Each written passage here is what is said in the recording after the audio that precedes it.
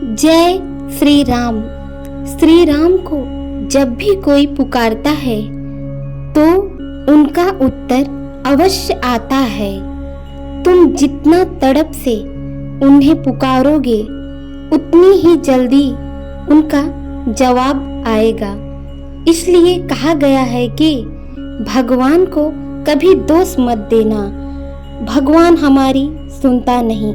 सच तो यह है कि तुम्हें सुनाना ही नहीं आता। जिसके हृदय से सिर्फ प्रार्थना ही निकलती है, जिसके कदम इस प्रेम की, भक्ति की, समर्पण की डगर पर बढ़ जाते हैं, उनकी पुकार भगवान अवश्य सुनता है। अगर सच्ची भावना के साथ भगवान पर विश्वास किया जाए तो वह अवश्य ही हमारी सहायता के लिए उपस्थित हो जाते हैं। ऐसी ही एक कहानी हम आपके लिए लेकर आए हैं। तो कहानी को शुरू करते हैं। किसी गांव में रघुनाथ जी का मंदिर था। उसी गांव में एक वृद्ध व्यक्ति राजकुमार अपनी 2 पुत्रियों के साथ रहा करते थे। वह श्री रघुनाथ जी के अनन्य भक्त थे। हर बात पर कहते कि मैं कुछ नहीं जानता, रघुनाथ जी ही जाने। वह प्रतिदिन मंदिर जाया करते थे और घंटों वहां बैठकर रघुनाथ जी की प्रतिमा के आगे भजन गाते थे। एक दिन राजकुमार की पत्नी ने कहा, बेटियां विवाह के योग्य हो गई हैं। उनके विवाह के लिए जमींदार से कुछ कर्ज ले लो। विवाह के बाद धीरे धीरे हम उस कर्ज को चुका देंगे। अपनी पत्नी की बात सुनकर रामकुमार बोले, जैसी रघुनाथ की इच्छा। और ऐसा कहकर वह जमींदार जी के पास पहुंच गए। उन्होंने जमींदार से धन उधार ले लिया। कुछ दिनों के बाद उन्होंने अपनी दोनों पुत्रियों का विवाह अच्छे परिवार में कर दिया तथा जमींदार के पास गए। थोड़ा थोड़ा करके वे जमींदार का कर्ज चुकाने लगे। जब कर्ज की आखिरी किस्त लेकर वो जमींदार के पास गए और पूरे पैसे गिने, एक कागज पर हस्ताक्षर भी कर दिया जिस पर लिखा था कि पूरा हिसाब चुकता हो गया, कोई शेष बाकी नहीं। रामकुमार तो अनपढ़ थे। वे बोले, मैं तो पढ़ना लिखना नहीं जानता। तब जमींदार के मन में लालच आ गया। उसने वह कागज अन्य कागज से बदल दिया जिस पर केवल लकीरें ही खींची हुई थी। रामकुमार को उसने वह कागज दे दिया। रामकुमार वह कागज लेकर आए और घर के मंदिर में रघुनाथ जी के आगे रख दिया। कुछ दिनों के बाद जमींदार ने अदालत में उन पर केस कर दिया कि रामकुमार ने उसका पूरा पैसा नहीं लौटाया है। रामकुमार को बुलाया गया। जज साहब ने पूछा कि तुमने पैसा क्यों नहीं लौटाया? तो रामकुमार बोले, हुजूर, मैंने तो इन्हें सारा पैसा वापस कर दिया। इन्होंने मुझे कागज भी दिया था जिस पर सारा हिसाब चुकता होने की बात लिखी थी। जज साहब बोले, वह कागज दिखाओ। तो रामकुमार ने वह कागज घर से मंगवा लिया। जज साहब ने देखा कि उस कागज पर आड़ी तिरछी रेखाओं के अलावा कुछ भी नहीं है। अब रामकुमार रोने लगे। इस पर जज साहब बोले, रो मत, यह बताओ कि उस दिन तुम दोनों के अलावा वहां कोई अन्य व्यक्ति था या नहीं? रामकुमार बोले, हम दोनों के अलावा वहाँ सिर्फ रघुनाथ जी ही थे और वहाँ कोई नहीं था। जज साहब ने सोचा कि रघुनाथ इनके कोई परिचित हैं। यह सोचकर उन्होंने रघुनाथ जी के नाम पर समन भिजवा दिया और राम कुमार को घर भेज दिया।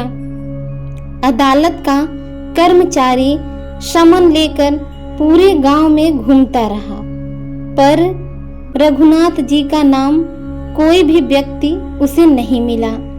अब वह वापस जाने लगा तो एक मंदिर के पुजारी बाहर बैठे थे। उसने पूछा, ये रघुनाथ जी कहाँ रहते हैं? तो पुजारी बोले, यहीं रहते हैं। अब उसने वह समन उन्हीं पुजारी को दे दिया और कहा कि उन्हें अमुक तारीख को अदालत में पेश होना है, और ऐसा कहकर वह वहां से चला गया। पुजारी जी ने सोचा कि शायद इसमें भगवान की कोई इच्छा होगी, और उन्होंने वह समन रघुनाथ जी की मूर्ति के आगे रख दिया। तारीख का दिन आया, अदालत लग चुकी थी, राम कुमार भी पहुंच चुके थे। जज साहब ने आदेश दिया, रघुनाथ जी को बुलाया जाए। तो अर्दली ने आवाज दी, रघुनाथ जी हाजिर हो। तभी एक बूढ़ा व्यक्ति लकड़ी के सहारे चलकर आया, जिसके चेहरे पर दिव्य तेज था और उसका चेहरा दिव्य तेज से चमक रहा था। जज साहब बोले, क्या आप ही रघुनाथ हैं? तब वह व्यक्ति बोला, हाँ साहब, मैं ही रघुनाथ हूँ। फिर जज साहब ने उनसे पूरी बात पूछी तो रघुनाथ जी ने बताया, साहब, राम कुमार जी सच बोल रहे हैं। मेरे सामने ही इन्होंने जमींदार को सारे पैसे चुका दिए थे, लेकिन इस जमींदार के मन में लालच आ गया और असली पर्ची बदलकर उसके स्थान पर कागज का दूसरा टुकड़ा इनके हाथ में थमा दिया। जमींदार ने असली पर्ची अपने अमुक अलमारी के दराज में रखी है, आप चाहे तो वहां से मंगा सकते हैं। जज साहब ने कर्मचारी को भेजा और वह पर्ची उसी स्थान पर मिली। अब जमींदार को काटो तो खून नहीं, उसने हाथ जोड़कर अपना झूठ स्वीकार कर लिया। इस सब के बीच रघुनाथ नामक व्यक्ति न जाने कहाँ चला गया। अदालत ने राम कुमार को बरी कर दिया और जमींदार को जेल भेज दिया। जज साहब ने ऐसा गवाह अपने जीवन में पहली बार देखा था। अब उन्होंने उसी कर्मचारी को बुलाया जो रघुनाथ जी को समन देकर आया था और उससे उनका पता पूछा तो उसने मंदिर के बारे में बता दिया। मंदिर जाकर जब जज साहब ने देखा तो उन्हें उस मूर्ति के स्थान पर उसी बूढ़े गवाह की शक्ल दिखाई दी जो अदालत में गवाही देने आया था। जज साहब को समझते देर न लगी कि राम कुमार की भक्ति में इतनी शक्ति थी कि भगवान रघुनाथ स्वयं एक गवाह का रूप लेकर अदालत में आए थे। उन्हें बड़ा दुख हुआ कि भगवान साक्षात मेरे सामने थे और मैं उन्हें पहचान ही ना सका। वे दौड़कर राम कुमार के घर गए और उसके पैर पकड़ लिए और राम कुमार बोला, अरे जज साहब, यह आप क्या कर रहे हैं? तो जज साहब बोले, तुम रघुनाथ जी के सच्चे भक्त हो, तुम्हारे लिए प्रभु स्वयं अदालत में आए थे।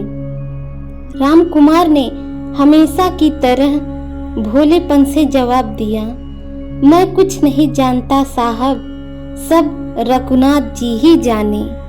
जो भक्त अपनी जीवन की नैया प्रभु के भरोसे छोड़ देता है, प्रभु उसकी नैया को किनारे लगा देते हैं।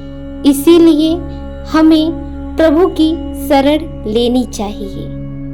जय श्री राम।